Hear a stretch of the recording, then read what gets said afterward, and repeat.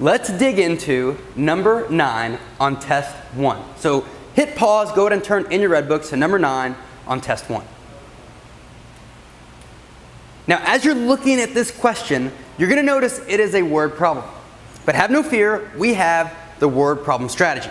So let's go through this. So step 1 is to ask, what am I trying to find? So let's read the entire question and ask, what am I trying to find? So it says, Andrea manages a company that currently has 116 customers, which is 8 more than twice the number of customers the company had 1 year ago. How many customers did the company have 1 year ago? So here we go. At the end, it tells us what we're trying to find. It wants to know how many customers 1 year ago. Okay, so how many customers 1 year ago? Good. So now let's look at step 2, which is what do I know? Now I'll tell you, this question, it sounds really, really confusing, but I want to break it down for you by learning how to translate words from algebra into a very, very simple understanding of what it really means. So let's look at this. In step 2, as we read it and ask, what do I know? We see that it says the company has 116 customers. So we have 116 customers, but it also tells us that 116, it is 8 more than twice the number from a year ago.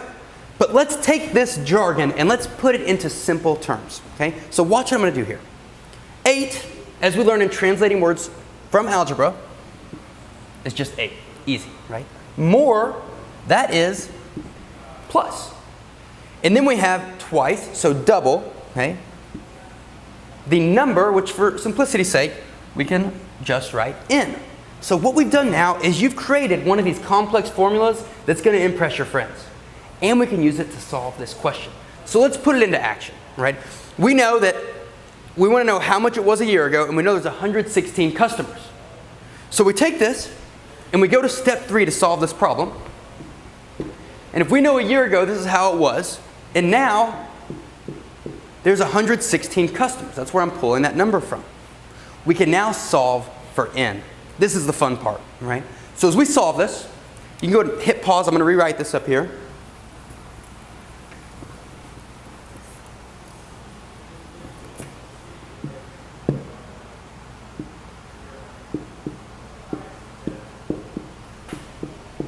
Okay, so let's solve this. As we go to solve, we have to subtract 8.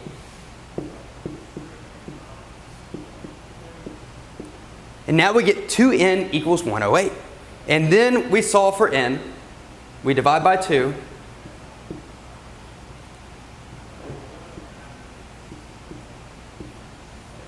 And we get n equals 54.